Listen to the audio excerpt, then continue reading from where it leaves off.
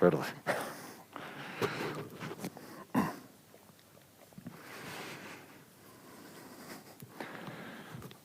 Arratsaldeon, eta ongi etorriak berriz ere bihar solasaldien 3. saio honetara. Gaurkoan pentsamendu kritikoa garatzen hitzaldia emango digu Agustin Arrieta Urtizbereak. Agustin idazlea eta filosofoa da. Filosofian doktorea eta informatikan lizentziatua. Euskal Herriko Unibertsitatean irakaslea da filosofia fakultatean, gaur egun. Eta pentsamendu kritikoa eta zientziaren filosofiaren inguruan egin izan ditu hitzaldi eta azterketak. Eta gaur hain zuzen ere pentsamendu kritikoaren inguruan hitz egingo digu. Beste solasaldi guztietan bezala, amaieran, galderak egiteko aukera izango duzue. Eta besterik gabe, hitza emango diot Agustini. Eskerrik asko, eta nahi duzunean.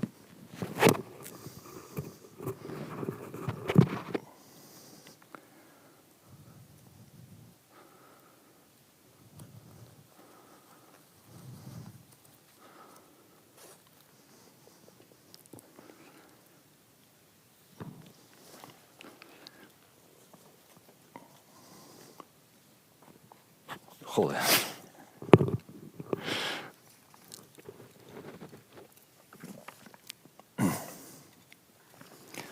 Bueno, entzuten da ondo? Lehenik eta behin, eskerrik asko antolatzaileei horrelako jardueran mota bat posible egiteagatik eta niri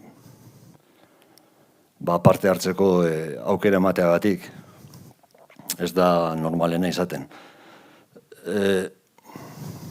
Printzipioz esan beharko nuke aukera ona dela.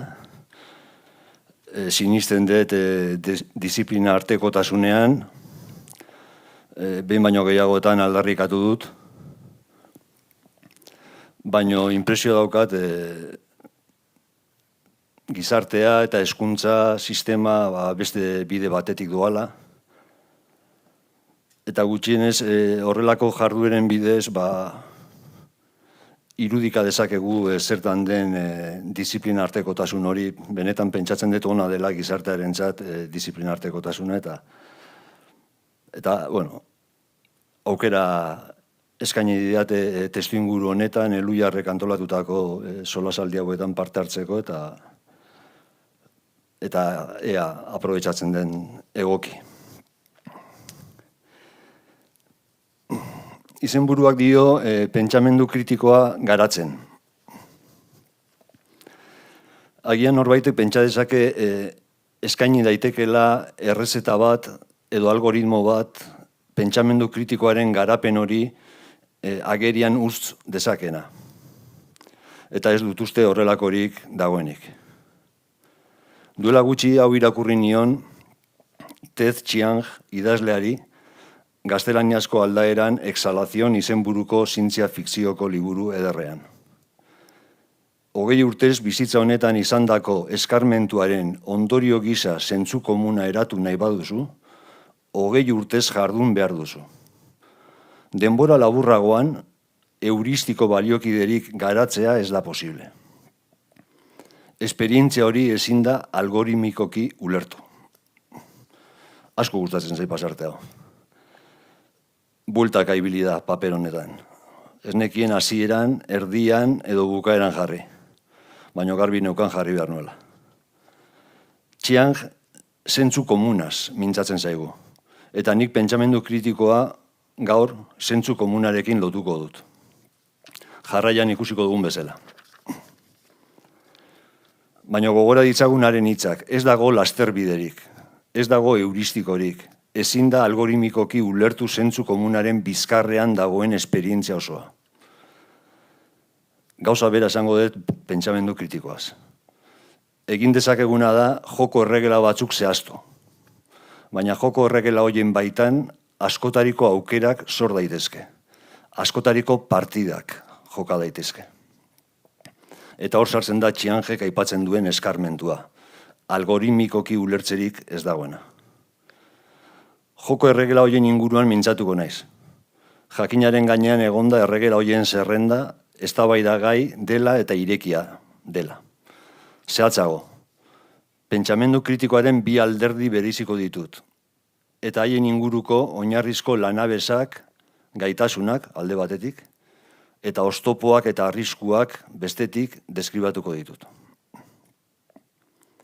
Kontua da lanabes eta gaitasun horiek ahalik eta ongien erabiltzea eta arrisku eta oztopo horiek ahalik eta ahulenak izatea. Orduan hala gertatzen baldin bada pentsamendu kritikoa kalitate handiagokoa izango da.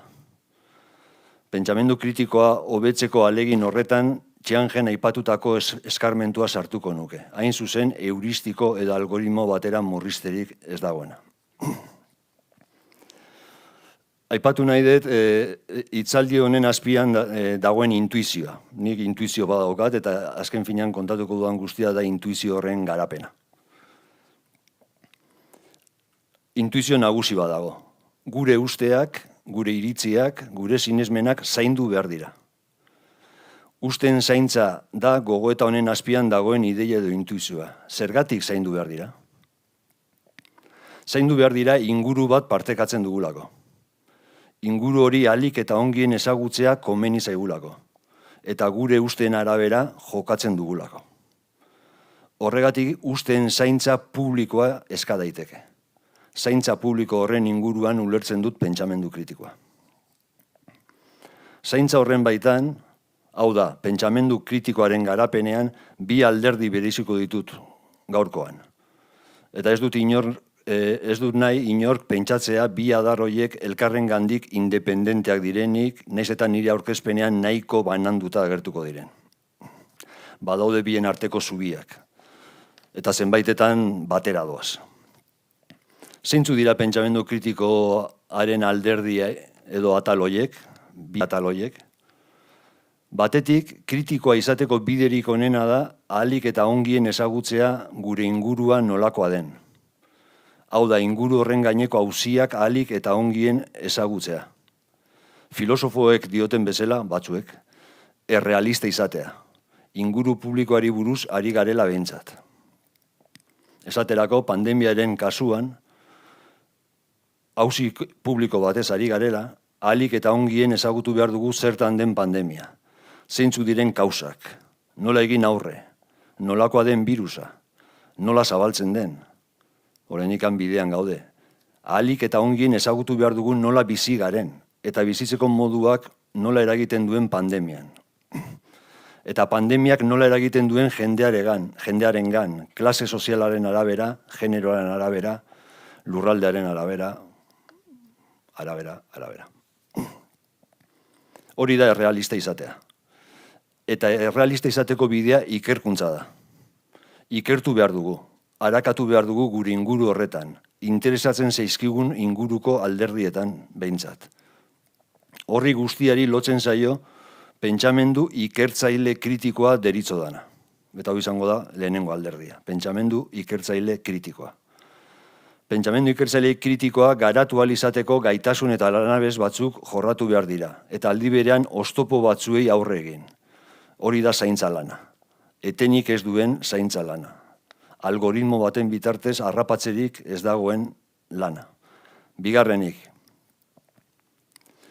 Bizi dugun egoera ahalik eta ongien ezagutzen saiatzen ari garela, egoera hori ebaluatu behar dugu. Eta dakigunarekin eta egin dugun ebaluaketarekin egoera norantz eraman ere ebaluatu behar dugu. Nora jo nahi dugu? Ebaluazio fase horretan diharduen pentsamenduari, pentsamendu etiko kritikoa deituko diot. Eta hau da bigarren alderdia. Eta honetarako, lehengo ez gain, bestelako lanabesak eta gaitasunak behar ditugu. Eta halaber, bestelako oztopoi eta zailtasunei egin beharko diegu aurre. Hau da, gutxi gora bera gaur kontatu nahi dudana. Pentsamendu kritikoak zainduko ditu gure usteak, eta halaber zainduko du usteen eta ekintzen arteko trantsizioa. Hasteko aurrekari batzuk aipatu nahi ditut. Pentsamendu kritiko adierazpenak historia luze baduelako. Duela urte batzuk, usteak eta sinesmenak zentzu komunaren alde izenburuko lana argitaratu nuen. Liburu hartan nire kezka nagusi izan zen usteen, iritzien eta sinesmenen zaintza. Gaur berriro itzuliko naiz auzi horretara. Han erabilitako zentzu komun adierazpena ekarri nahi dut gogora. Leno jada entzun duguna Chiangen ahotik. Badakit adierazpen horrek esan nahi lauso xamarra daukala. Ia edozertarako balio dezake, egia da. Baina nik liburu hartan zentzu zehatzago batean erabili nahi izan nuen. Eta zentzu zehatzago ura tradizio edo egile andana batean kokatzen zen. Kontua kontu, zentzu komun ura izango da gaurkoan aztertu nahi dudan pentsamendu kritikoaren hazia. Liburu hartan aurkeztu nituen ideia batzuetan Susan Hack, pentsalariak, eragin handia izan zuen. Ikaragarria. Berak zentzu komun kritikoa, adierazpena behin baino gehiagotan erabiltzen du bere pentsamendua deskribatzeko. Susan Hackek beste zenbait pentsalariren aldamenean kokatzen du bere burua. Batzuk gogoratuko ditut. Pentsalari pragmatistak aipatzen ditu besteak beste Dewey eta Peirce. Aipatzen ditu Einstein eta Bridgman, fisikariak eta Nobel saridunak. Aipatzen ditu Quine, Sellars eta Bergman, filosofoak. Egileen kate horri zentzu komunaren tradizioa dei diezaiokegu. Tradizio horrekin jarraitu baino lehen ohar batzuk. Lehen aipatu dut John Dewey. Begiratu ditudan zenbait testutan, ia aho batez, Dewey aipatzen da pentsamendu kritiko kontzeptu ofizialaren sortzaile gisa. Aipatzen da 1910 urtean nola pentsatzen dugun izenburuko haren liburua ere. Hor dago pentsamendu kritikoaren historia ofizialaren hasiera. Berak erabiltzen du pentsamendu gogoetatsua. Eta hortik abiatzen da critical thinking edo pentsamendu kritikoaren tradizio ofiziala. Deweyk deskribatzen duen pentsamendu mota horrek ahalegin mota bat adierazten du. Gure usteak testatzeko edo berrikusteko etenik gabeko ahalegina. Gure ustei lotutako justifikazioen gaineko exigentzia maila adierazten da. Ezin dugu sinistu edozein gauza. Bestela esan da, usteak zaindu behar dira. Zer uste dugun zaindu behar da. Zientzian egiten dena, Deweyren arabera, pentsamendu gogoetatxoaren edo kritikoaren ereduetako bada. Baina pentsamendu kritikoa erabili da beste testuinguru batzuetan. Ez nahi luzatuko. Bertrand Russellek eta beste askok pentsamendu filosofikoarekin lotzen dute pentsamendu kritikoa. Russellen arabera, izaera kritikoa da filosofiaren ezaugarririk berezkoena. Beste bide bat. Beste tradizio bat. Popperrek pentsamendu kritikoaren eredutzat pentsamendu zientifiko hartzen du. Hortaz, pentsamendu kritiko adierazpenak baditu ibilbide batzuk. Nik esango dudana neurri batean ibilbide hoietan oinarritzen da. Baina neurri batean. Uste baitut erren geratzen direla aipatu ikuspegi horiek, ikusiko dugu zergatik.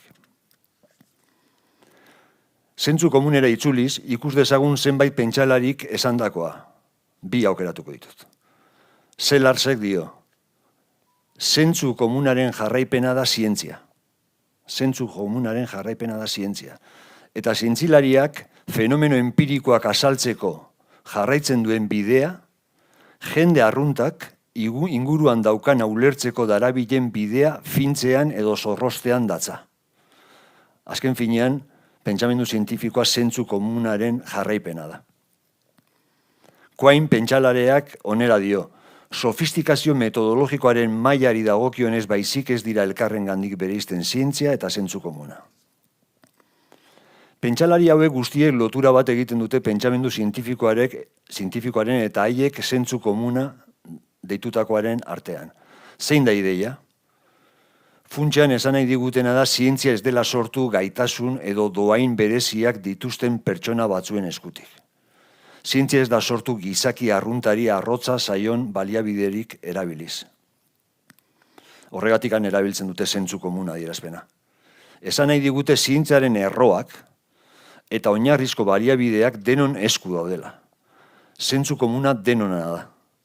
Bestela esan da, oinarrizko baliabidei dagokienez demokrazia dago, benetakoa. Zeintzu dira baliabide horiek? Zentzu komunari atxikitzen zaizkionak eta zintzilariek erabiltzen dituztenak pentsalari hauen arabera. Besteak beste, gure behaketak bideratzen dituzten zentzumenak, oroimena, irudimena, arrazonamendua bere modalitate guztietan, eta bar. Azken buruan gizakion men edo gaitasun ezagunen bilduma. Ez dago misteriorik. Bilduma horrek osatzen du nolabait esaterren zentzu komunaren baliabideen zerrenda. Edozein pertsonak erabiltzen ditu, gaitasun horiek nahiko modu sistematikoan eguneroko bizitzako ikerkuntza arrunt bat egiten duenean. Egile horien arabera ikerkuntza zientifikoa egunerokoan egiten ditugun ikerkuntzen beso luzea da, Einsteinen adierazpena. Jakina, bai egunerakoan, bai jarduera zientifikoan, ikerkuntza hobeto edo okerrago egin daitezke, eta horretaz hitz egin behar dugu gaur. Sinesmenak eta usteak izenburuko testu hori lantzen ari nintzela, George Orwellen 1984 eleberri ospetsua berrirakurtzen ari nintzen, orduan euskeraz. Aldi berean, eleberriaren gaineko iruzkin batzuk ere irakurri nituen. Testu inguru horretan, esaldi honek atentzio eman zidan. Heresiarik handiena zentzu komuna da. Eleberrian. Heresiarik handiena zentzu komuna da. Berriro zentzu komuna. Hain heresia. Ezaguna da eleberriaren testu ingurua. Estatu totalitarioa. Egiaren ministerioa. Big Brother, tabar. Testu inguru esan dezagun itxogarria. Estatua iristen da gure bizitzako zirrikitu guztietara, edo iritsi nahi du. Testu inguru horretan, non edozein gauza sinestarazi nahi dioten jendeari, heresiarik handiena zentzu komuna da, narratzailearen arabera. Zentzu komuna mundu totalitario eta manipulatzaile batean heresia da, subbertsioa. Azken buruan, gaitasun kritikoa dauka. Zergatik, har dezagun testuinguru bat nun manipulazioa ikaragarria den. Ez da zaila identifikatzea. Iragana eta orainaldia manipulatu nahi dituzte, eta ondorioz etorkizuna. Zer den egiazkoa eta zer ez esan nahi digute, baina dekretuz. Auzietan arakatu gabe, ikerkuntzarik egin gabe. Interesak dira nagusi. Horren aurrean zer egin? Orwellek dioen gizan zentzu komuna. Da heresiarik handiena. Nola? Ikertuz. Iker dezagun zorrotz eta zintzo. Erabilditzagun gure esku dauden gaitasunak ahalik eta zorrotzen, ahalik eta zintzoen. Hori da kritikarako bidea. Hori da manipulazioari eta engainuari ihes egiteko bidea. Izan ere, pentsamendu kritikoaren zati da egoeraz jabetzea, ikuspuntu ahalik eta errealistena edukitzea, eta horretarako ikerkuntza zorrotz eta zintzoa da bidea. Zentzu komuna da ikerkuntza zorrotz eta zintzorako atea. Adibide simple bat, aspaldiko kontuak. Belarmino kardinalak, bazekien zeruak eta lurrak, nolakoak ziren, liburu sakratu edo jainkoaren hitzaren eskutik. Ez zuen zeruari begiratzeko premiarik. Galileok aurre egin zion. Zentzu komuna aldarrikatuz. Zentzumenak erabiliz. Behaketak eginez, hanka sartuz. Arrazoituz. Zeruari erreparatuz, noske. Galileoren bideak kritikaren bidea irudikatzen du. Ikerketaren bidea. Ikerketa zintzoaren bidea. Zentzu komuna da inposaketaren aurkako botika. Zentzu komunaren atea zeharkatuz eman dezagun urrats bat aurrera eta zar gaitezen, behingoz, pentsamendu kritikoaren erresuman.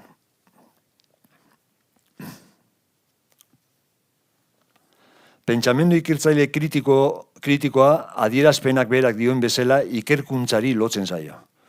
Ikerkuntzaren helburua gure inguruaren batez ere dimentsio publikoa duen inguruaren alderdiren batez ezagutza lortzea da. Zertan da ikerkuntza? Gizakia munduan dagoenetik era askotako jardueretan dabil. Besteak beste gizakiak artelanak egiten ditu, fikzioak sortu eta halaber ingurua ikertzen du. Gure ingurua ezagutzeko helburuarekin ikertzen dugu. Horrela, ezagutza horren eskutik aldi berean ederra eta beldurgarria izan daitekeen inguru hori kontrola dezakegu, suntsitu dezakegu, zer ekar edo zer eman dezakeen jakin dezakegu, eta agian inguru hori alda edo egokitu dezakegu gure interesen arabera. Gizakiak betidanik egin du hori. Bide horri ikerkuntzaren bidea dei dezakegu. Ikerkuntza bideak argitzalak ditu noski, baina gaur ez naiz gehi sartuko kontu hauetan. Zertan datza? Zer egiten da ikertzen denean edo gure ingurua edo gure inguruan alderdiak ezagutu nahi ditugunean? Giza gaitasun eta baliabide batzuk garatzen edo jorratzen ditugu. Eta jarduera mota hori bide zuzenagotik edo okerragotik joan daiteke. Horan, egingo duena da erakutsi bide horietan dauden ezaugarri edo alderdi garrantzitsu batzuk. Zerrenda oso luzea da eta lau bosta ibatuko ditut. Ebidentziekiko begirunea. Auzi bat esku artean daukagula, ebidentziak eskuratu edo jasoko ditugu. Eta jasotze hori ez da kontu trivial bat. Ebidentziak zuzenagoak edo zeharkakoagoak izan daitezke. Ebidentziak interpretatu behar dira, esan hori da. Eta interpretazio lana konplexuagoa edo simpleagoa izan daiteke. Ez da gauza bera begi hutsez jasotzen dugun ebidentzia edo elektroi mikroskopio baten bidez jasotakoa, jakina. Bestalde, balizko ebidentzia ugolderen aurrean ziurazki aukeraketa prozesua abian jarri behar da. Aukeraketa prozesu hori zaindu behar da. Zer den aintzat hartzekoa eta zer ez bereizten ikasi behar da. Prozesu horiek guztiak, aukerak eta interpretazioa, batzuetan araututa daude, disiplina batzuetan, baina beste batzuetan ezain beste. Prozesu horiek oso bestelakoak izan daitezke disiplinatik disiplinara, ikerkuntzak askotarikoak dira. Zailtasun ebidentzia garrantzitsuak dira ikerkuntzaren zenbait fasetan, eta ebidentziekiko begirunea izan behar dugu. Ebidentziei kasu egiten ikasi behar dugu. Zailtasun begirune hori bertute bada ikerkuntzaren bidea, balio positibo bat, balio epistemikoa deitzen diote filosofoek. Bigarrena, hipotesi honenen aukeraketa, beste fase bat, beste alderdi bat. Fenomeno edo gertakizun batzuk azaldu edo ulertu nahi ditugu, eta horregatik hipotesiak proposatzen dira. Ikerkuntzak fenomenoak esplikatzeko edo ulertzeko aukerak ematen ditu hipotesien eskutik. Hipotesi horien karira, eskuartean daukaguna nolabait esatearren kontrolpean eduki nahi dugu. Berme minimo batekin mugitu nahi dugu ikertzen ari garen esparruan. Dakigun bezala, ebidentzia sorta baten aurrean hipotesiak askotarikoak izan daitezke, eta hipotesien arteko borroka badago. Ea zein den honena, eskuartean dagoen auzia azaltzeko edo ulertzeko besteak beste. Aukereak eta honetan zainketa lanak ere egin behar dira. Zainketa lanak behin eta berriro. Hirugarrena, arrazonamenduen eta argudioen zainketa. Aipatu prozesu horietan guztietan arrazonamenduak egiten dira. Arrazonamenduak egiteko modu diferenteak daude, eta modu bakoitzean joko erregelak daude.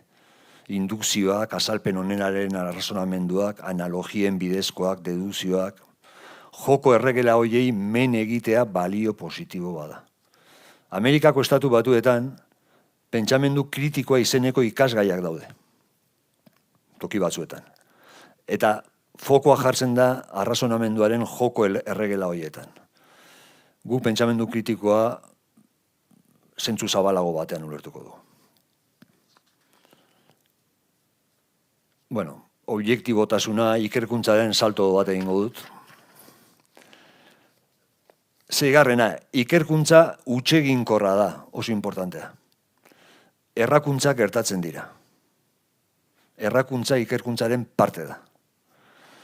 Aldaketak etorriko dira beraz. Autozuzenketa pentsamendu kritikoaren ezaugarria da. Evidentzia berrien aurrean edo bestelako arrazoiengatik prest egon behar dugu oker geundela onartzeko, edo atzera egiteko, edo berriro ekiteko. Ikerkuntzek huts egiten dute, hutseginkorrak edo falibleak dira. Jakina, aldi berean huts egiteak minimizatzeko helburua dago. Hutsak detektatzen direnean zuzentze lana abiatzen da. Aipatu ditudan ikerkuntzarako orientabide edo ezaugarri horiek, zerrenda luzeagoa da, zentzu komunean dituzte erroak. Eguneroko bizitzan, egiten ditugun ikerkuntzetan dituzte erroak. Bestela pentsa eguneroko bizitzan egiten duzuen ikerkuntza batean, eta ikusiko duzue alderdi hauek guztiak garrantzitsuak direla. Koainek esaten zuen bezala, modu sofistikazioan bereizten dira ikerkuntza zientifikoa eta eguneroko ikerkuntza. Hala baina, ikerkuntza ez da ikerkuntza zientifikoa bakarrik ulertu behar. Eguneroko bizitzan ikerketatzat har daitezkeen jarduerak egiten ditugu. Eta badaude beste ikerkuntza mota batzuk, detektibeek egiten dituztenak, kazetariek, filosofoek, gogoratu Spotlight film bikainean irudikatzen den ikerketa zolagarria eta terriblea. Horiek guztiek aipatu orientabideak eta ezaugarriak erabiltzen dituzte, modu apalagoan edo modu sofistikatuagoan.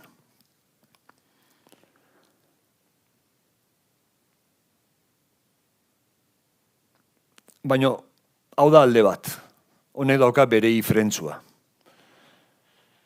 Badaude oztopoak, badaude arriskuak, eta zerrenda oso luzea da. Batzuk aipatuko ditut.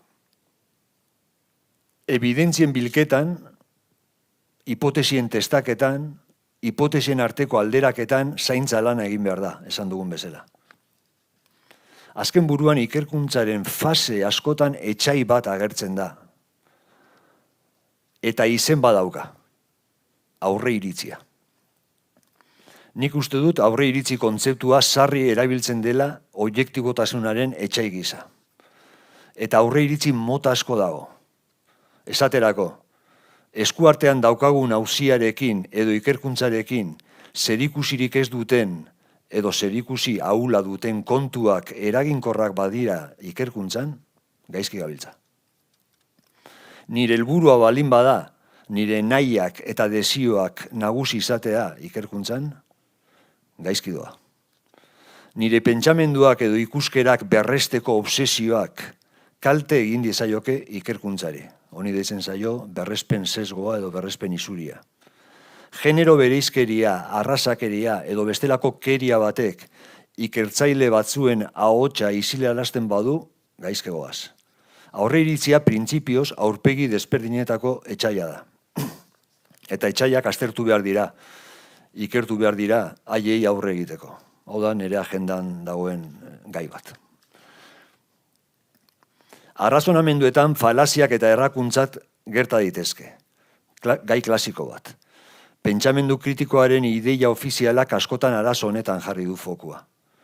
Azken buruan gure arrazonamenduak eta argudioak zaindu behar dira. Joko erregerak daude, eta beti ez dira betetzen, eta batzuetan errakuntzen detekzioa ez da erraza izaten. Errakuntzak gerta daitezke nahita edo nahi gabe.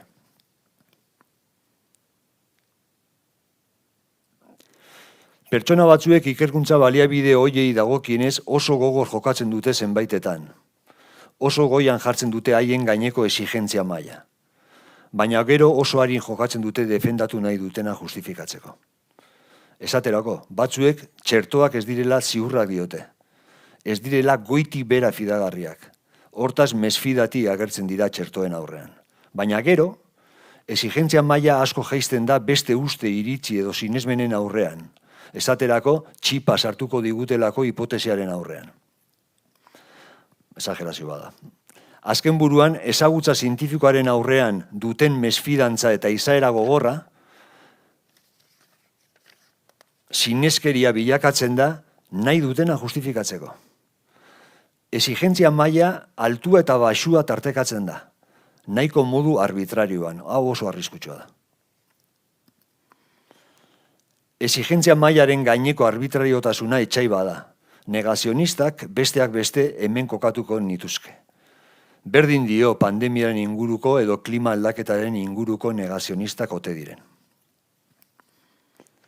Beste oztopo, beste arazo, beste eragozpen bat. Ikerkuntza soziala den neurrian, ikerkuntzarako ezinbestekoak dira hartu eman sozialak. Zaindu behar dira.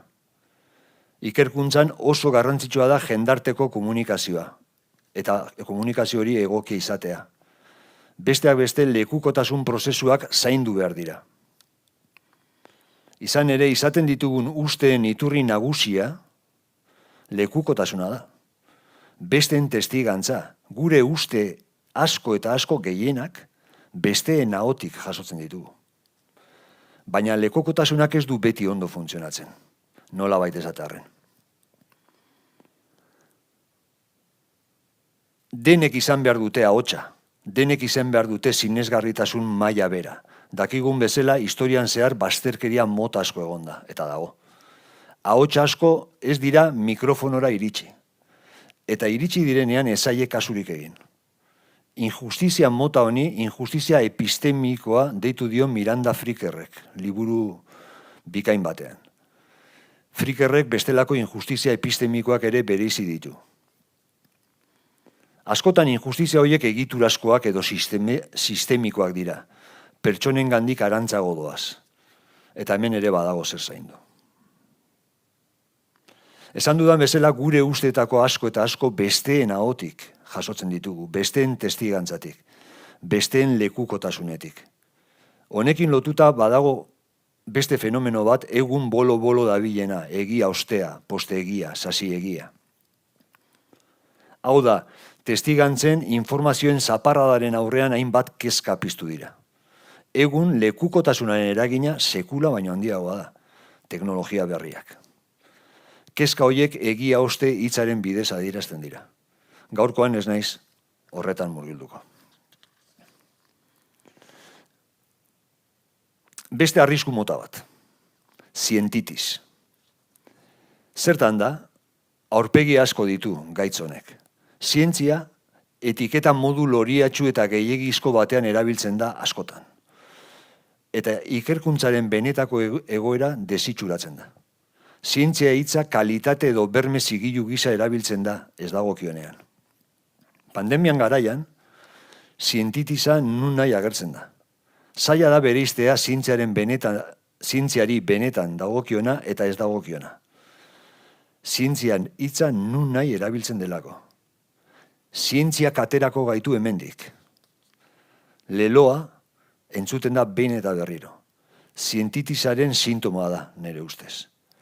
Pandemia, besteak beste, auzi psikologiko, sozial, politiko, etiko, ekonomikoa da. Eta ikerkuntza zientifikoak zalantzarik gabe, berez ere egina dauka. Baina bakardadean ez du soluzioa ekarriko. Horretan sinistea gehiegikeria da. Zientitisa da. Ardurei eta erantzukizunei iskin egiteko alegina da askotan. Beste arrisku bat. Honek aldaera asko ditu. Aipatzen ari garen guztia teorian behintzat denon esku dago. Eta ez balin badago horrela arazo etiko politiko bat edo epistemiko bat dugu eskuartean.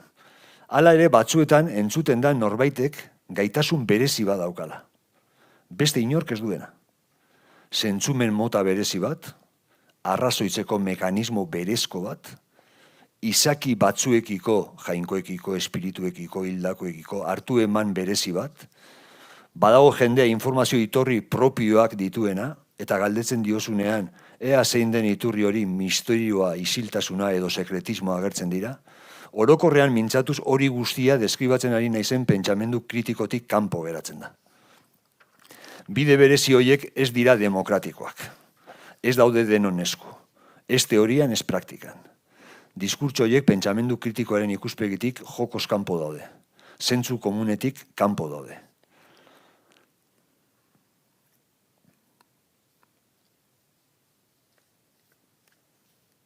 Beste salto bat egon. Hasiko naiz bigarren zatiarekin. Bigarren zatian, orain arte aipatu dut pentsamendu ikertzaile kritikoa, orain deskribatu nahi dut labur, pentsamendu etiko kritikoa. Zergatikan erantzi hau? Zergatik erantzi eskuarki aipatzen ez den pentsamendu kritikoaren alderdi hau? Nik alderdi hau gutxitan ikusi dut aipatua. Ez dut esaten, aipatua ez dagoenik, baina nik gutxitan ikusi dut. Zergatik erantzi edo katramilatu pentsamendu etiko kritikoa orain arte aipatu dugun edo deskribatu dugun pentsamendu kritiko horrekin? Arrazoi batzuk. David Humeren esaldi ospetsu batean esaten digu arrazoimena pasioen, emozioen eta sentimenduen esklabua dela. Arrazoimena pasio negatiboen atzaparretan uzten badugu egoera larria izan daiteke. Komeni da arrazoimena, edo nahi balin badugu, pentsamendu ikertzaile kritikoa leheno deskribatu duguna, pasio positiboen eskuetan ustea. Hori da pentsamendu etiko kritikoaren funtzioa. Adibide gordin bat, edo bi. Ikerkuntza batek, finka dezake emakumeak menpekotasun egoera batean bizi izan direla eta bizi direla toki guztietan, eta garai guztietan. Ikerkuntza historiko, soziologiko, antropologiko batek iker dezake menpekotasun egoera horren zergatietan. Hori guztia egin daiteke lehen aurkeztutako parametroetan. Pentsamendu kritikoa ikerkuntza gisa erabiliz. Ongi etorri eman behar zaio planteamendu monta horri, ikerketa horri. Baina hau nahiko alda. Eman dezagun pertsona batzuek erabili nahi dutela ikerkuntza edo ezagutza hori etorkizunean menpekotasun egoeran sakontzeko. Zertan geratzen da orain arte ikusi dugun pentsamendu kritikoa? Beste adibide bat. Izugarrizko ezagutza eduki dezakegu etorkinei buruz, errefuxiatuei buruz, pobreziatik, gerratik ihes egiten dutenei buruz. Kazetariek, soziologoek eta bestelako ikertzaileek lan zintzoa egin dezakete auzi horren inguruan. Hori pentsamendu kritikoaren alderdi bada. Jakin behar dugu errealitatea zein den. Eta? Gero zer? Zer gertatzen da? Pentsamendu kritiko horren irizmena zein da pertsona horien egoeraren aurrean gu hotz geratzen bagara, salbuespenak salbu eta deklarazio onberak alde batera utzita? Pentsamendu kritikoak oraindik lana dauka. Beste lan mota bat garatu behar du.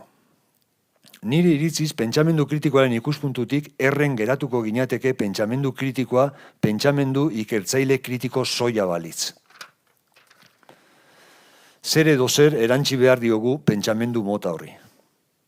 Mundua, ikertzen dugun mundu hori, baliotsi behar da. Esan behar dugu egoera ona den edo egoera txarra den. Uste horiek ere ahalik eta modurik egokienean finkatu behar ditugu. Kontu etiko politikoetan sartzen ari gara. Eta hor ere zorrotzak izan behar gara. Eta uste etikoen helburua da zehaztea zer baztertu behar dugun eta zer ez. Dena ez da ikerketa zientifikoa, dena ez da ikerketa aurreko zentzuan deskribatu dugun bezala. Zer nolako etorkizunan nahi dugu, denon hobe beharrez finkatu behar dugu, aztertu behar dugu, eztabaidatu behar dugu.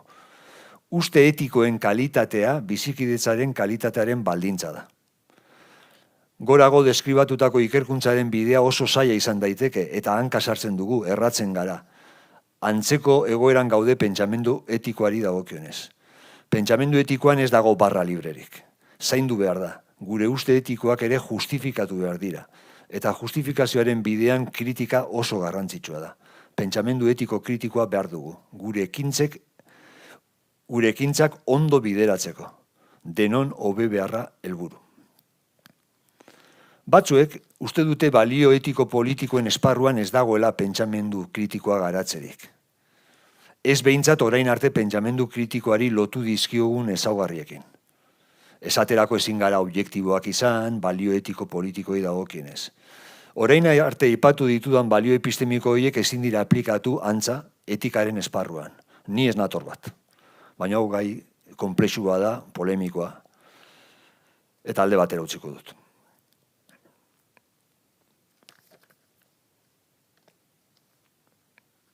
Datozen lerroetan saiatuko naiz argitzen zertan den pentsamendu etiko kritikoa, zeintzuk diren haren ezaugarri nagusiak, zeintzuk diren haren inguruan garatu eta jorratu behar diren gaitasunak, eta zeintzuk diren saihestu behar diren oztopoak, edo oztopoetako batzuk. Pentsamendu etiko kritikoari dagokionez, neurri handi batean nire burua kokatuko dut beste tradizio batean. Tradizio sentimentalista deitutakoa. Bestea beste eta aldaerak aldaera, hor dago David Hume, hor dago Simon Blackburn, hor dago Martha Nussbaum, eta abar luze bat.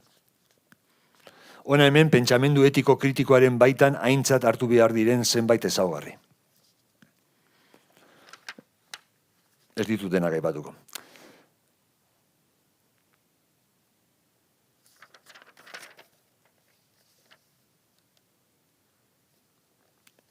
Balioztatze etikoa posible izan dadin beharrezkoa da empatia bezalako sentimendu bat. Empatiari gabe ez dago etikarik. Hau ere landu beharra dago. Pentsalari batzuek empatiari pentsamendu etikoaren porlana deitzen diote. Empatiaren eskutik bat egiten dugu emozio sentimenduetan beste pertsona batzuekin. Mekanismo natural baten aurrean gaude, abian jartzen dena, batez ere gertukoen sentimenduen aurrean. Empatiaren irismen eremua zabaltzea oso garrantzitsua da. Empatia oso aldakorra da distantziaren arabera. Gertukoekin oso ondo funtzionatzen du. Urruti daudenekin ezain beste. Hor lan bat egin behar da. Zuzenketa lan bat egin behar da. Distantziaren eragina murriztu behar da. Nola? Oso bestelakoa den horrekin bizikidetza partekatuz esate baterako. Pentsa dezagun etorkinen kasuan. Harrigarria da. Hezkuntza sistemak ekarpen handia egin dezake etorkinak normaltasunez sisteman integratuz. Integrazioa behar da benetan. Sortzen ari diren getoak hemen alde batera utziz. Martha Nussbaumek empatia lantzeko beste bide asko aztertzen ditu. Besteak beste, fikzioaren lanketa proposatzen du. Nussbaumek aipatzen du imaginazio empatikoa.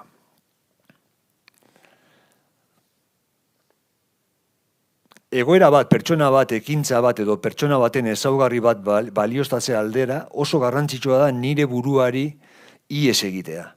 Nigandik jauzi egin behar dut eta ikuspegi orokorrago eta egonkorrago batetik egoera aztertzeko gaitasuna eskuratu behar dut. Nire nahi, desira edo interesak alde batera utzi behar ditut. Zerbait etikoki balioztatzen dudanean. Bide horretan hobetzea oso garrantzitsua da eztabaida etikoak trabaturik gera ez daitezen, gure norberekerietan. Etikak badu zerikusirik jauzi horrekin. Horrelakorik gaitasunik ez badago pentsamendu etikoa blokeatuta dago. Ikuspuntu orokorragoak eta egonkorragoak lantzea oso garrantzitsua da. Pentsamendu etiko kritiko bat eskuratzeko. Horrela, besteen egoera interesatuko zaigu, naiz eta besteak oso aparte egon nigandik. Azkainik, uste etiko horietako batzuen gainean eta beste pertsonekin koordinaturik gizakiok eraikitzen ditugu era askotariko konbentzioak, ohiturak, instituzioak eta abarrekoak. Gure uste etikoak bideragarriak eta egonkorrak izan daitezen. Hortaz, konbentzio, ohitura edo instituzio horiek oinarri ahalik eta egokienak eduki ditzaten zaintza lana egin behar da, denon hobe beharrez. Adibidez, garbi dago gizakiok garatu ditugula ohitura eta instituzio matxistak. Hoien oinarrian pentsamendu etiko desegokia zegoen. Zoru desegokia dago. Pentsamendu etiko kritikoa beharrezkoa da, nahikoa ez, hori guztia astintzeko, edo esaten den bezala, hori guztia deseraikitzeko. Egin dudan pentsamendu etiko kritikoaren plantamenduak beste izaera mota dauka, beste ezaugarri batzuk dauzka. Pentsamendu ikertzaile kritikoarekin alderatuz gero. Edozein kasutan, ezaugarri horiek eta aurreko atalean aurkeztutakoak osagarriak dira, eta elkarrekin txirikordatzen dira. Esan nahi dudana da, lehen zehaztutako ezaugarri bertute eta gaitasunei beste ezaugarri bertute edo gaitasunak erantzi behar dizkiegula. Kokteleran osagai asko dauzkagu. Denon hobe beharrez eraiki nahi dugun pentsamendu kritikoa oso konplexua da eta dimentsio asko dauzka. Askotan ofizialki lehenetsi dira ezaugarri batzuk, eta beste batzuk ahaztu egin dira. Orain, lehen ez bezala, emozio, sentimendu, empatia, ikuspuntu orokor, konbentzioz bat egiteari lotutako gaitasunak dira lehenengo lerroan jarri ditugunak. Hoiek ere landu behar dira. Egoerak, pertsonak, erakundeak edo ekintzak baliozta ditzagun eta balioztapen hoiek etorkizun egokiago batera eraman gaitzaten. Nussbaumi adierazpena lapurtuko diot. Pentsamendu kritikoaren eskutik pertsona sokratikoak sortu behar ditugu. Hau da, ezagutzaren ikuspuntutik zorrotzak, zintzoak eta ikuspuntu etiko politikotik denon ongiaren bila dabiltzanak.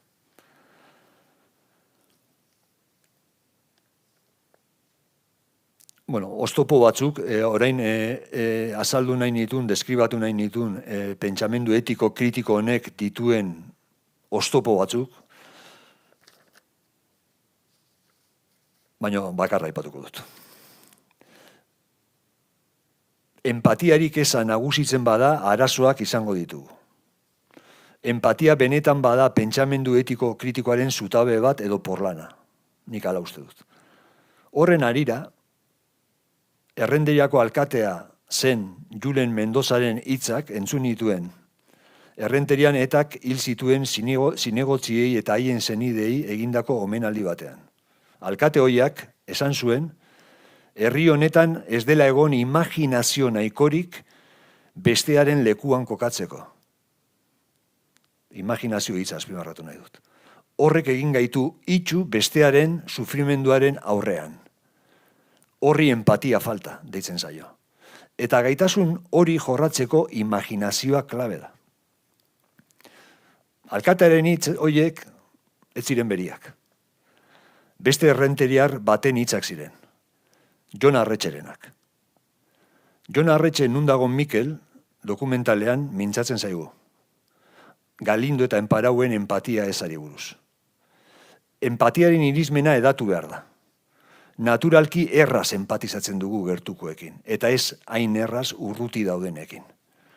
Empatia doa deklarazioetatik arantzago.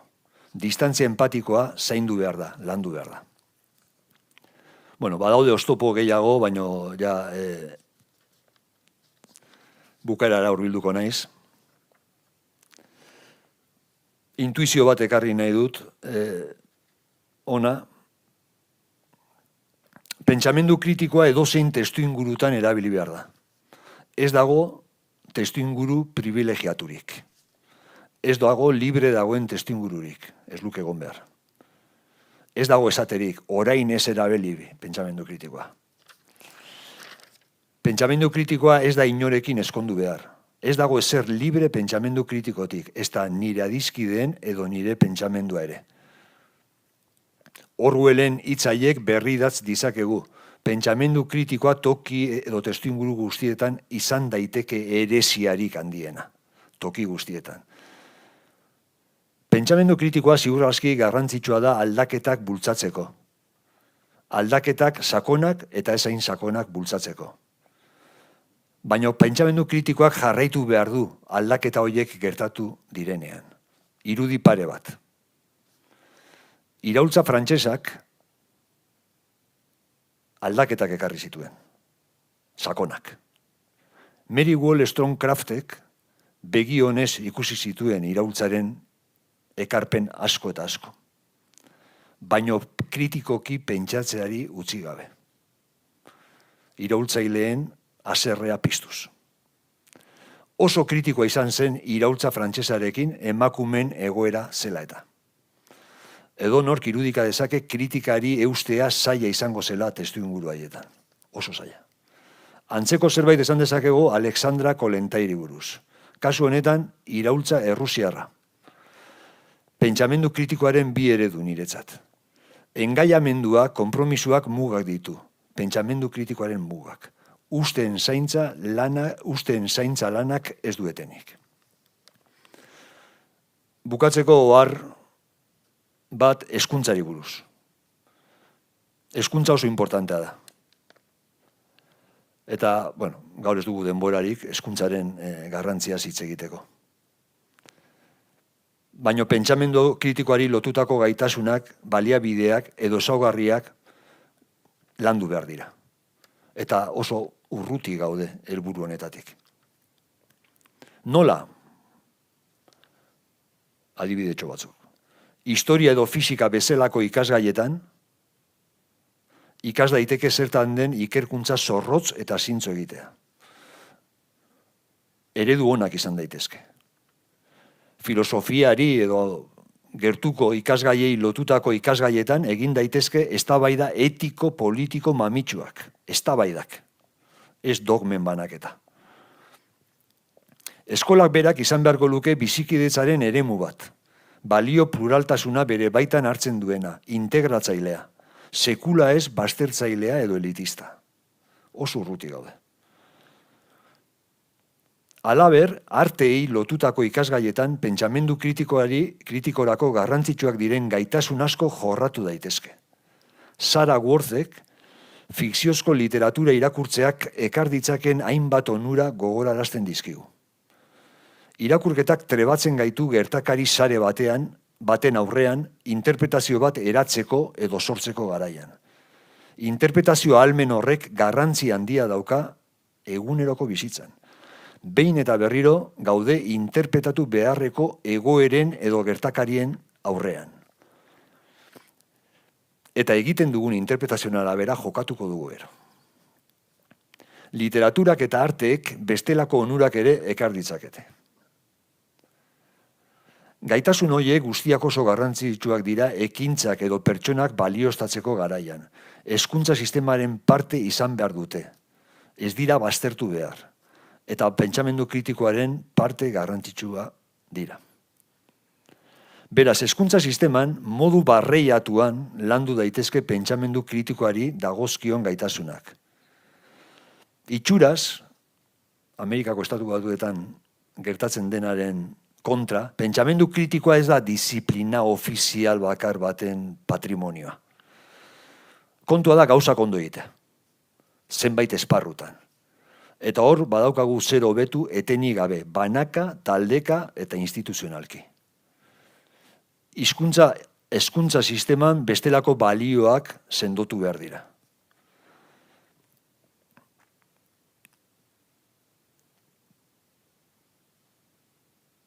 Pentsamendu kritikoaren helburua ez da kritikatzea bakarrik. Pentsamendu kritikoak zutabe izan behar du etorkizun hobe bati begira. Pentsamendu kritikoak eraikitzailea izan behar du. Hemen utziko dut. Besterik gabe.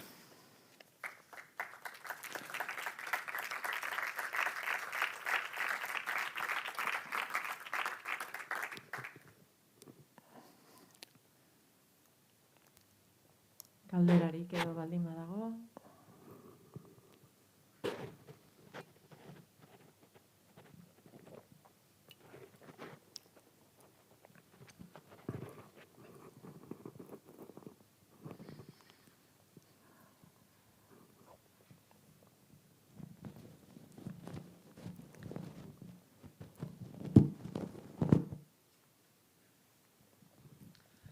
Arratsaldean. Ni jakin nahi nuke, hori irakasle bezala, pentsamendu kritikoa hitz egitera etorri zen irakasle bezala, zer nota jarriko zenioken euskal gizarteari, euskal gizarteak duen pentsamendu kritikoaren osasunaren mailari. Pandemia honen testu inguruan, hori ez dut esan hori izan nuen. Gaur egun horrek baitan gabiltza, baldintzatuta zeharo, egiak bakarra ematen du, eta protokoloz komunikatua. Jakin nahi nuke hori nola ikusten dezun, euskal gizartea, orokorrean baldin bada, edo taldeka baldin bada, eta bere pentsamendu kritikoaren osasun maila, pandemiaren kudeaketarekiko. Eta era berean, beste galdera bat, baina honen arira datorkit, mundu mailan, zuzeneko galdera bat, ez zaizu iruditzen norbaitek pentsamendu kritiko hori martxan jarri nahi izan badu, eta zure hitzak erabiliz zentzu komuna martxan jarri nahi izan badu, dudak martxan edo burutik ahozkatzera pasabaldin baditu, negazionistatzat jo izan dela. Barkatu, ez dut ulertu. Bai, ia ez zaizun iruditzen, norbaitek pentsamentu kritikoa aplikatu nahi izan badu, izan nahi du, pandemiaren kudeaketarekiko, ez den negozianista bezala kalifikatua izan. Dudak adierazi dituelako, dudak. Kudeaketari buruz, norekin diren gauzak, zer den, nola den, nondi datorren, eta bar. Galderak ez dira eskertuak izan. Ezik eta, bueno, nahi iritzi izan, baina ez nahi iritzi izan nahi. Zure iritzi nahi nuke horri buruz. Eskerrik asko.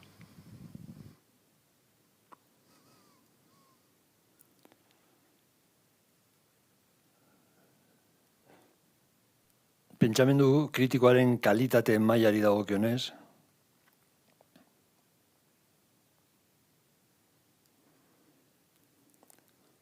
oso zaila da, erantzutea.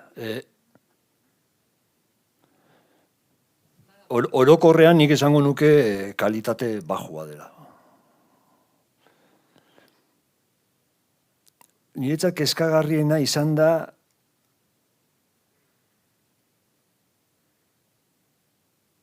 jarrera berekoien, egoisten igoera. Pertsonen mailan eta instituzioen mailan, nazioen mailan, kontinenten mailan. Jakinaren gainean egonda errealitatea zein den, eta errealitatea da fenomeno global baten aurrean gaudela. Bizi garela globalizazioaren garaian, mugikortasunaren garaian, nun onurak juten dira toki batetik bestera dida batean, baino gaitzak ere bai.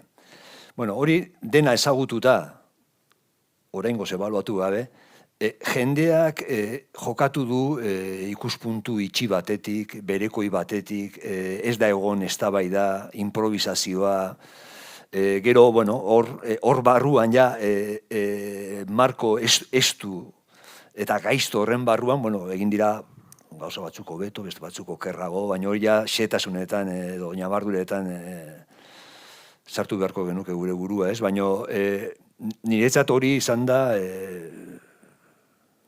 kezkagarriena.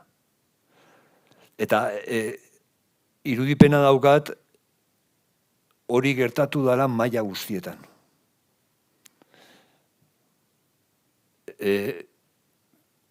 Denboraren presioa egonda, ekonomiaren presioa egonda, bueno, presio horiek guztiak, ez dakit, errealak diren, ez diren, zenbateraino, bai zenbateraino, ez?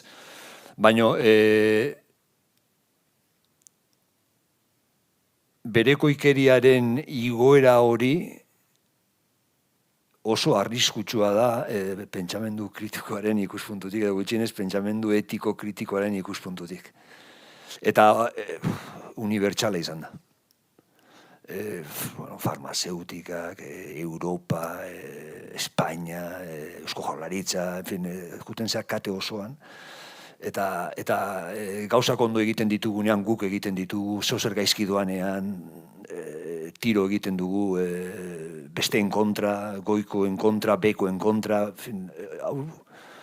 ez dut ikusi eztabaida serio horik, apenas, ni momentu batean erabaki dut pantalla itzaltzea, eta, bueno, bizpairu erreferente dauzkat, eta punto. Handikan denbora behar dugu hau guztia ebaluatzeko. Baina impresioa oso eskorra. Eta bigarrena, bai. Baina nik uste dut horrela orokorrean hitz egitea oso zaila dela. Agian zehaztu beharko genuke ze kasu duzun buruan, ez? Nik kasu batzuetan iruditzen zait, ez dakit, salatzen ditugu negazionistak, hoiek ukatzen dutenean aldaketa klimatikoa, eta hoien aurrean ez dugu begirunerik, gogor jokatzen dugu, gainera ikuspuntu eskertiar batetik ondo ikusita dago kritika hori, Eta gero negazionistekin epelago jokatzen dugu, eta bueno, nik uste dut negazionismoaren mapa benetan konplexua dela, eta zeren aurrean, ez, zara negazionista. Eta bueno, horren arabera, ebaluatuko nuke. Ez dakit, ez naiz kapasa, baina, bueno, seguraski horrelako injustiziak gertatu dira. Pertsona batzuek borondate honez, eztabaida publiko bat eskatu dute, eta esaie kasurik onenean, esaie kasurik egin. Baina, bueno, ez dakit, orokorrean hitz egitea oso zaila gertatzen zait. Niretzat, negazionismoaren, esate bateko, pertsona batek, ni eztabaidatu dut horrelako negazionista batzuekin. Ukatzen dute birusa. Virusaren existentzia. Eta benetan, nire arma guztiak erabili nituen. Pentsamendu kritikoaren ikuspuntutik, eta alperrik. Orduan, ez dakit, eta gero badakit pertsona horiek ze erraz onartzen dituzten beste uste batzuk edo beste sinesmen batzuk.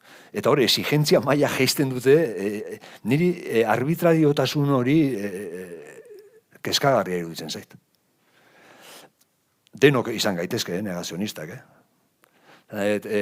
nik hemen aipatu ditudanean oztopo hauek dira benetako oztopoak. Nik esan dut aurre iritziak, baina denok izaten ditugu aurre iritziak. Eta negazionismoa ezaugarritzen saiatu naiz, baina denok izan gaitezke negazionistak bizitza honetan, momenturen batean edo bestean, auzi baten aurrean edo beste baten aurrean. Oztopo eragozpen hauek airean daude denbora guztia, pentsamendu kritikoaren helburua, etenik gabeko helburua, edo etenik gabeko jarrera, da, jabetzea horretaz, eta beti ez da posible.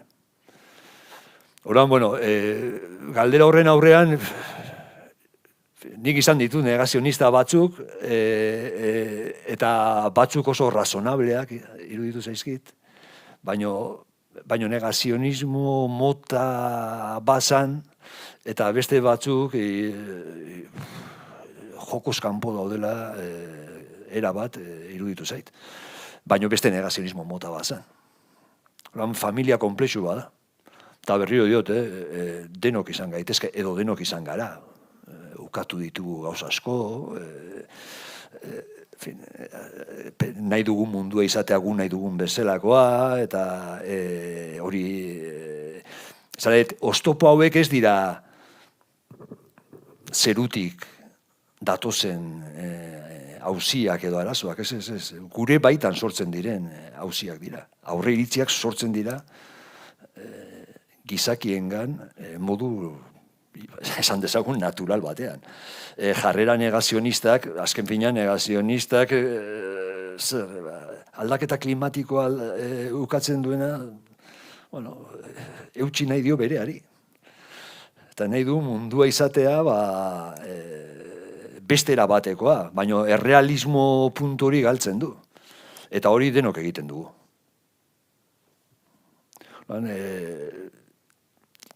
Pentsamendu kritikoa da jarrera bat. Ez dago algoritmo bat.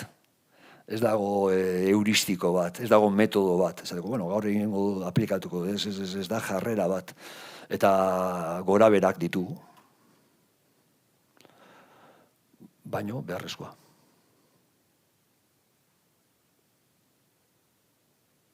Ez dakit. Kaixo. Bueno, aipatu duzu, ez? Eta horrekin lotuta baita ere, hau, COVID famatu etorri zenean, zuk aipatu duzuna da berekoikeriaren igoera. Hau da, COVID-a hasi zenean da zabaltzen hasi zenean egontzen horrelako sektore batzuetan edo horrelako zera bat, aidean gauza bat, erantzungo diogu denon artean datorren honi.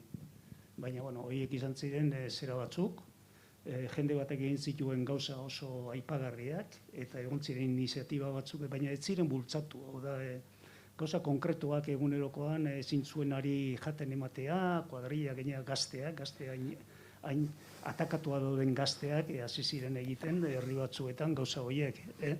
Orduan, eta horren inguruan da gero nahi zenaren desastrearen aurrean, holako amets batzuk bezala, edo uste batzuk egon ziren, baina, bueno, azkenean esan nahi dutena da, COVID-19ak egin duena, ematen du dela lehenotik zeuden jarrera batzuen, kondizio batzuetan, ze gertatzen den, horren igoera eta horren zera, besterik baina zeuk aipatu duzu. Eta bizkat lotuta egin dizun galdera, zer uste duzun gure pentsamenduan nola dagoen zera horri buruz. Beste laguntzea eta gauza horiei buruz, berekoikeria eta horiek zera horretan. Nik uste dut, lehenotik zeuden zera batzuk kondizio hauetan egin dutela, bum! Egin dutela, eta orduan igo egin dira, garbiago ikusten dira, baina berekoikeria hor dago. Lehenotik zetorren zera bat. Ez da orain, COVID-arekin sortu den gauza berri bat. Hainbeste gauza bezala nahi dutena esatea, ez dena COVID-a. Gaiz guztiak COVID, hitz horretan zera egiten dira. Lehenagotik datozen gauzen zera denean.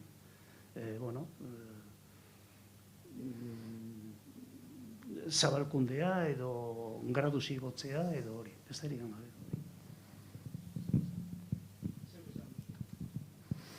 Bai, nigo balatzen naiz, honetaz hitz egiten aritu nintzenean hasieran, nik ideia hori ere banuen, ez? Lehenengo aldiz golpea gu jaso dugu. Edakit lehenengo aldia den, baina, eta agian ondorio onak aterako dira hemendikan, ez? Eskema hori, ni hasiera batean neukan eskema hori deseginda. Ez dut ikusten horren arrastorik. Baina ez dut eskortasuna zabaldu nahi.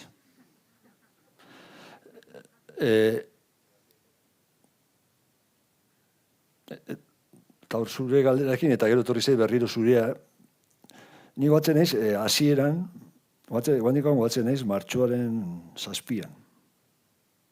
Iaz. Nola zegoen negazionismoa gure artean, nire kuadrilan, nire baitan. Italian dago.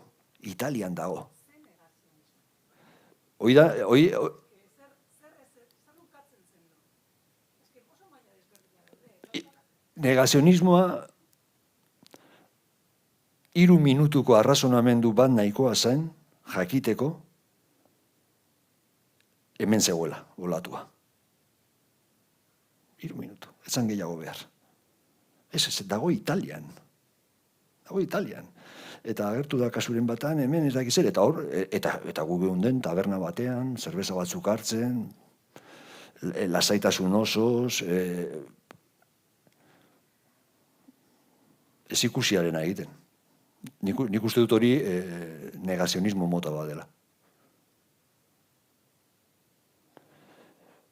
Gero evoluzioa dago, baina ja, plas! Zentzu horretan esaten izun leheno, ez? Kontuz. Niretzat, beldurgarriena hori, irizpideak aldatzen direnean, egun berean, ez?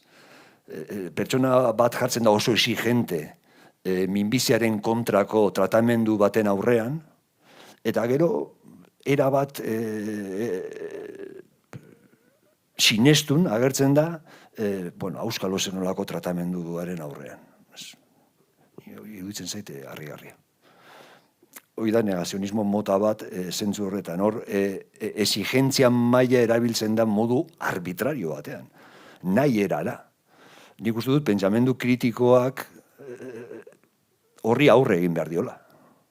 Baina arriskutik librez gaude.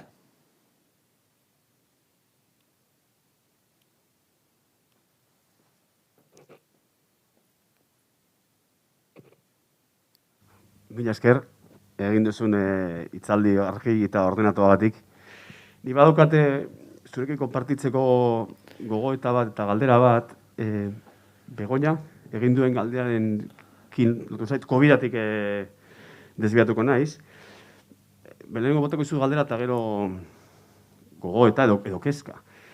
Begoñak egin du galdera nire ustez oso egokia, gizartearen pensamendu kritikoaren, maila, no? Nik gaiteko nizuke, zure ustez, instituzio politikoek zenbateko gaitasuna duten, zure ustez, pensamendu kritiko hori gauzatzeko bidean. Zer edoana, Nussbaumek aipatzen duena ikuspegi sokratikoa, eta berriro Begoñak egin duen kontogodik, oso interesgarria da, bere aipatzen duena, da? Ikuspegi dialogiko hori garatzea. Baina uste dut, nire kezka uste dut, Euskal Herrian zer esanik, eta mundu mailan baduela nahiko esperientzia nun, pensamendu kritiko hori gizartea edo jendarteen ikuspegitik hori gauzatu nahi den, baina gero instituzio politikoek ez dute usten. Hor dago nire ustez kristalezko zabaia handi bat. Orduan, betik angorako bidea, urruti gaude hezkuntzan, baina egin daiteke, badaude esperientziak, baina ea hori gauzatu daiteken, goitik berako bideak ez baditu aukerarik ematen. Hau nire ustez, instituzio politikoek oro har, esango dut modu absolutoan, batzutan da udaletxea, bestatzen da diputazioa, bestatzen da jaurlaritza, bestatzen da... Pensamentu kritiko hori praktikan jartzerako orduan, errotik mozten dute. Orduan, gauzatu daiteke gizartean, jendartean, pensamentu kritiko hori, baldin eta instituzio politikoek kristalezko zabaia jartzen baldin badute? Hori da galdera. Bai. Bueno, berriro oso eskor hitz egingo dut. Baina koska dago hezkuntza sisteman, edo kosketako bat. Eta bide okerretik doa dena. Esan nahi, gero eta nabariagoa da, bultzatzen diren balioak hezkuntza sisteman direla balio teknoenpresarialak, etekinei begirako balioak, eta horiek nagusitu dira. Eta horiek ja txertatu daude guregan hezkuntzaren sistematik pasagaren neurrian. Ordan hor borrokarik edo borroka gunerik handiena hor dago. Eta horizontea ez da oso baikorra, baina hor noski beste balio batzuk bultzatu behar dira, hasieran aipatu dut disiplina artekotasuna, ez irudikatu disiplinak modu gotortu batean, ez dakit, hori dena egin behar den berrikuspena benetan sakona da. Eta ez dira ikusten zantzu honak. Proposamen honak egin direnean, edo gutxienez bide honetik zijoazen proposamenak egin direnean desegin dira. Eta gertatzen da zuk esaten duzuna. Orduan, baino balioiek bultzatzen balin badira hezkuntza sisteman gizartean zabaltzen dira eta gertatzen dana. Ez da harrigarria gero jarrera oso berekoiak, nire etorkinen kasua iruditzen zait, harrigarri bat, ikustea ondolatzen pertsona batzuk beste batzuk ondartzan aldi berean. Hor balioen auzi badago, eta noski hori aldaketa sakon bada. Eta Nussbaumek, besteak beste, baina Nussbaumek aldarrikatu du behin eta berriro aldaketa sakon bat hezkuntza sisteman. Baina berak iragartzen zuena estatu batuetan etorri da ona. Beti bezala. Etorri da ona, eta hiltzatu da. Eta balioiek nagusi dira.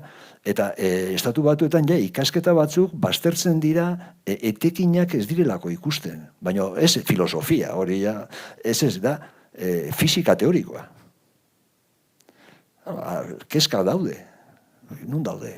Ez dira ikusten eta orduan politikariak gauza dira horrelako erabakiak hartzeko, ez? Orduan ez nauzu harrapatu egun honean.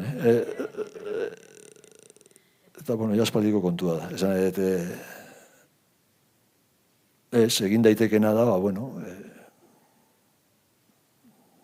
segi, baino oztopoak handiak dira. Bai, askotan esaten duzu, egiten duzu planteamendu bat, eta ikusten duzu doala gaino kontrako bideti dena. Eta, ez dakit, ez da planteamendu iraultzaile bat, nahiko planteamendu sensatua. Eskatzea, bueno, hezkuntza sisteman dauden harresiak eta gotorrak kentzea, ulertzea beste modu batean artearen, zientziaren, filosofiaren arteko harreman hori, eztabaida etiko politikoak, eskola izatea benetan integratzailea, eta ez elitista, badago elitismo puntu bat, hemen, eta toki guztietan, eta ez dakit, ez dakit, baina, bueno, arrazoi osoa duzu, ez dakit zer esan.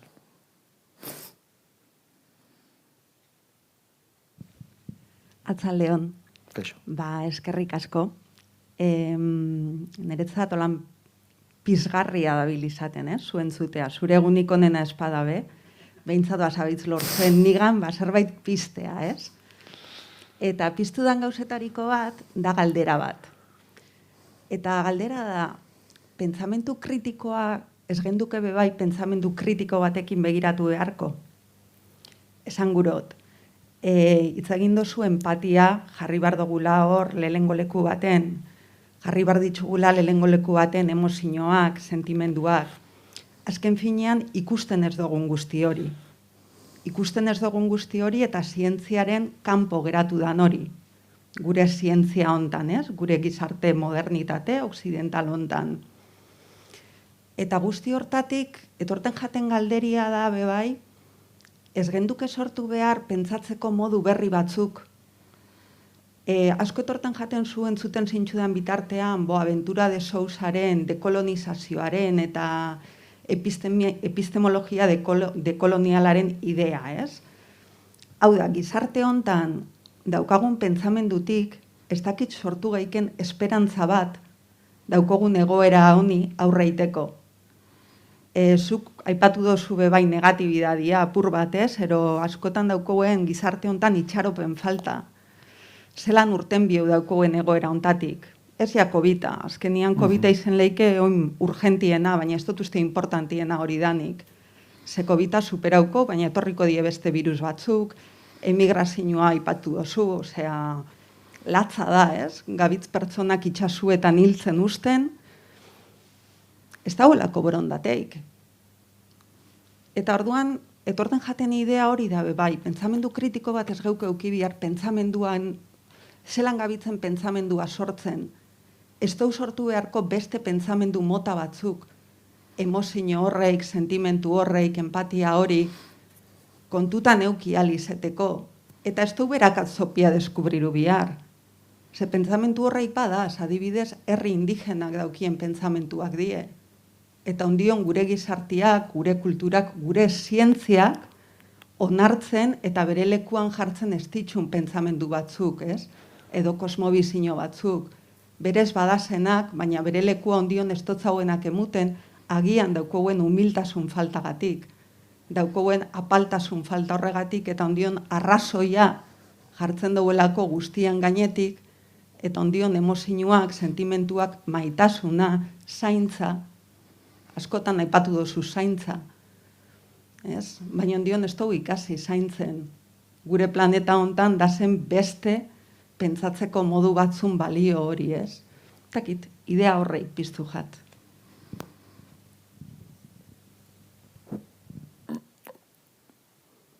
Pentsamendu kritikoa izatez kritikoa da bere buruarekin. Esan dut,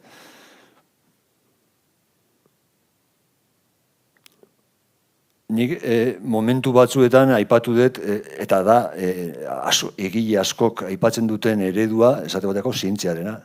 pentsamendu zientifikoa eta zu orain kritikatu duzu pentsamendu. Baina, bueno, hori niretzat da pentsamendu kritikoa. Zientziak badu pentsamendu kritikoaren ideia bat bere baitan, horregatikan teoriak berritzen dira, eta teoria zaharrak erortzen dira, eta sortzen dira berriak, eta kreazionismoa geratu den tokian, eta etorri da darwinismoa, eta batek daki. Orduan, zientziaren baitan pentsamendu kritikoa badago, baina eta pentsamendu kritiko horrek aukera ematen dio aldaketak sortzeko, berritasunak ekartzeko, baina akats asko daude. Martxan dagoen makina horretan. Eta hor aplikatu behar zaio. Ni horri deitzen diot pentsamendu kritikoa. Orduan da autokritikoa da. Esan ere, pentsamendu zientifikoak dauzka ezaugarri bikainak, gaur saiatu naiz batzuk azpimarratzen, baina gero dauka alderdi ilun bat, eta pandemian argazki eder bat atera dezakegu, ez dakit, txertoaren historian eman dezagun. Seguro egon dela jendea lan egiten, batzuk mileuristak izango ziren, ikertzaile bikainak, gauta egun lan egiten, zintzilariak benetakoak, baina gero hori farmazeutika bati lotzen zaio, eta ez daki zeri, eta bueno, agertzen zaigu instituzio erraldoi bat, estatuekin negozioetan dabilena, eta hor alderdi ilunak, nun nahi daude, bueno, hor aplikatu behar zaio. Orain piztu da eztabaida farmazeutikaren gaina, baina hau historia zarra da. Egin diren gehiegikeriak oso zarra. Salatu izan da behin eta berriro. Bueno, historia honetatik zeuzer ikasten dugun. Baina, bueno, ez dakit. Pentsamendu kritikoa autokritikoa da. Izan beharko luke. Ni gustatzen zaizkide Goldstone, Carten eta hauen testuak irakurriz, ikusten duzu nola gu beste ikuspegi bat daukagu, baina kokatu zure burua 18. mendean, emakume bat, eta iraultza frantsesa begionez. Eta han dagoen pentsamendua begionez, miresmenez, baina kapasa izan makina hori, martxan jarri den makina hori, pentsamendu kritikoaren eskotik neurri handi batean, martxan jarri den makina hori kritikatu. Hoi da jarrera niretzat eredu bat. Baldintza oso zailetan, mespretsua jaso zuen, bueno, kolontairen kasua gertuago dago.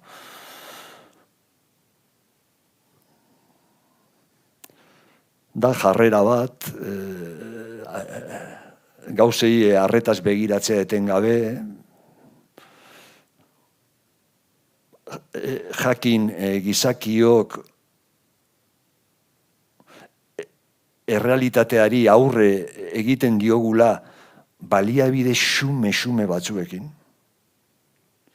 Eta orduan guk ateratzen dugun argazkia, bada gure argazkia, baina errealitatea da, eta horretaz jabetu, utseginkorra garela izatez. Eta hori askotan diskurtso zientifikotik kanpo egon da. Beti beste jarrera bat aldarrikatu da, baina bueno, gero praktikan zientzia aldakorra izan da. Naiz eta aldakorra izan da. Ez dakit, maten du ez daudela ados. Esan. Bai. Baina jarraitzen dago izaten neurtu daitekeen zientzia hori. Osea, azkenian da zientzia bat, nik planteatu gurotzutena da, ez duela sortzen pentsatzeko modu berri bat. Jarraitzen duela pentsatzen, arrazoiaren eskema estu horreikin. Ez garela irekitzen beste realidade batzuk pentsatzeko aukeretara. dakizelan adierazi ondo, ez? Baina objetibotasuna kuriosu hain jat, adibidez, zelan objetibotasuna saltau indozun. Ez? Bai, ni objektibotasuna aldarrikatzen dut toki guztietan. Baina Eta haizearen kontra. Baina imposibilia da. A ber, Hori da kontua. Horra nik gure nahi iristea. nire ikasleen azterketak zuzentzen ditudanean, batzutan objektiboagoa naiz beste batzuetan baina. Zergatik? Eman dezagun, ikasle bat ez dudala gustoko. Usurbildarra delako. Eta horrek bideratzen du nire ebaluaketa. Bueno, objektibotasunaren, horri nola deitzen zaio? Subjetibotasuna. Hoi da. Objektibotasunaren kontrako jarrera batean zaude. Eta hori egin dezakezu hobeto edo okerrago. Eta ez dago absolutu bat. Nik balio absolutuetan ez dezinisten. Baina objektibotasuna da termino bat erabiltzen duguna adierazteko justifikazio prozesu horietan gauzak noiz egiten ditugun hobeto edo okerrago. Ni horrela ulertzen dut. Eta ni nire burua batzutan ebaluatzen dut termino horietan. Esan dut, izan naiz, zu deitzen duzu, subjektiboa, edo hau bai objektibotasun falta. Hora, nik kontzeptu hori aldarrikatzen dut testu inguru guztietan. Zientzian ere bai. Eta askotan zientzian objektibotasun falta egon da. Zergatik, esate baterako. Egon dira bi hipotesi azokan esan dezagun, eta bati ez zaio kasurik egin. Zergatik ez zaio kasurik egin? Eman dezagun, emakumea zelako. Proposatzen zuena. Ni horri deitzen diot objektibotasun falta. Ez daukat beste hitzik. Nik objektibotasun hitza erabiltzen dut asko. Eta beti, esate izut, ikasleekin askotan borroka daukat, badagoelako lelo bat esaten duena, ez dago objektibotasunik. Ez dakit, nik ez dut espero objektibotasun absoluturik. Niretza da, ez dakit, itxasargi bat. Niretza da, erreferente bat. Kazetari baten, artikulu baten aurrean. Nik ikusten ditut gertakari batzuk, eta ikusten ditut bi artikulu. Eta bati buruz esaten da, xapo, eta beste esaten da, baina zer da hau? Hau aurre iritziz beteta dago. Honek ikusi du, inork ikusi ez duena. Hori, nola deskribatzen duzu egoera hori? Nik hortarako erabiltzen dut objektibotasun hitza. Hori da, nik egiten dudan erabilera. Askotan definitzen dut objektibotasuna aurre iritziak minimizatzeko alegin gisa. Minimizatzeko. Beti egon daitezke. Nik ez dut sekulan erabiltzen zentzu absolutu batean, baina objektibotasuna da balio oso interesgarria. Desiragarria.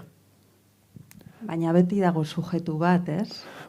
Bai, Eta sujetu hori beti dabil baldintzatzen objektibotasun hori, ez? Bai, baina ni sinisten dut eztabaidan, kontu asko ez da, ni nagoen tokian, zauden tokian, baina hitz egin dezakegu fenomeno bati buruz. Eta iritsi gaitezke toki batera. Iritsi gaitezke hipotesi batera. Eta hori ez da eternoa.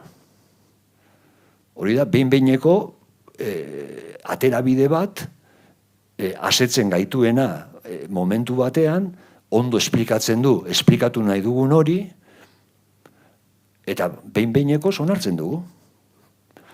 Eta aurrera. Esan nahi, Ptolomeok pentsatzen zuen lurra etzela mugitzen. Baina Ptolomeos objektiboa zen. Nik horrela deskribatuko nuke. Oker zegoen. Lurra itxura guztien arabera mugitzen da. Bea pentsatzen zuen ezetz, baina pentsatzen zuen zintzo.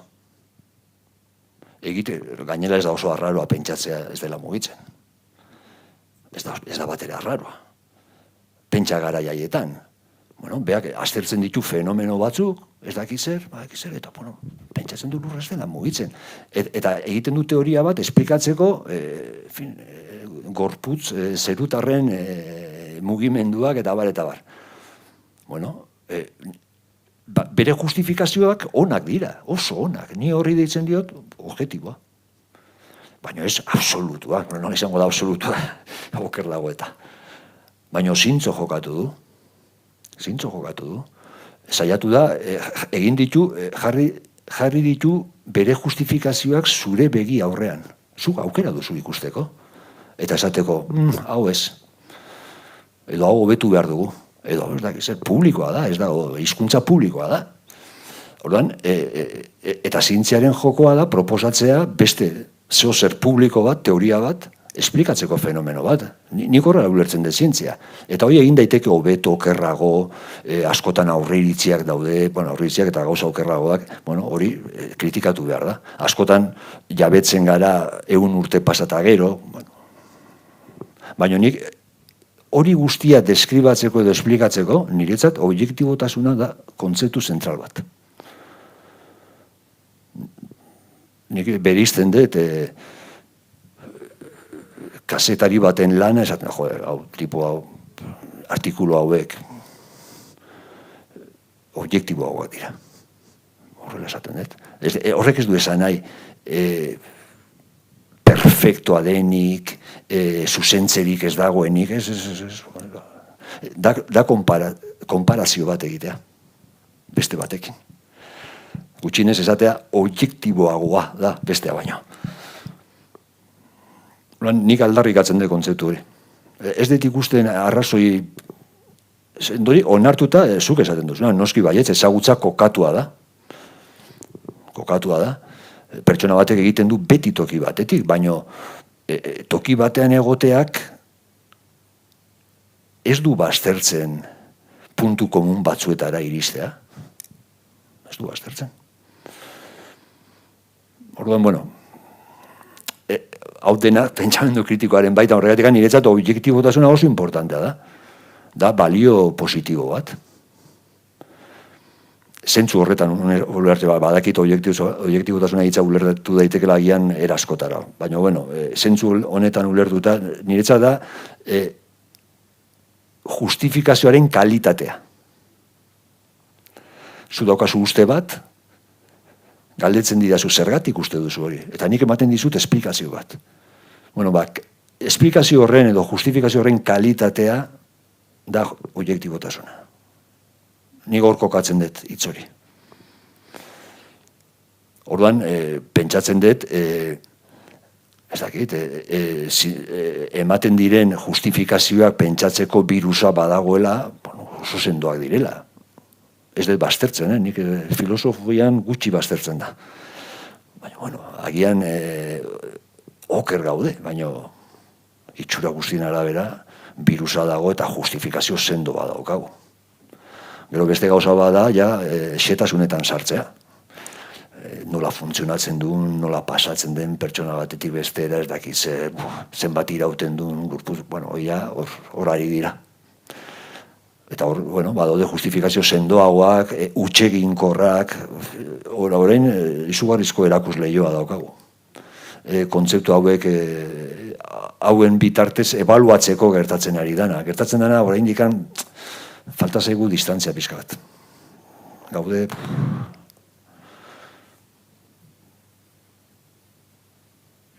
Ez dakit, liatu nahi uste dut.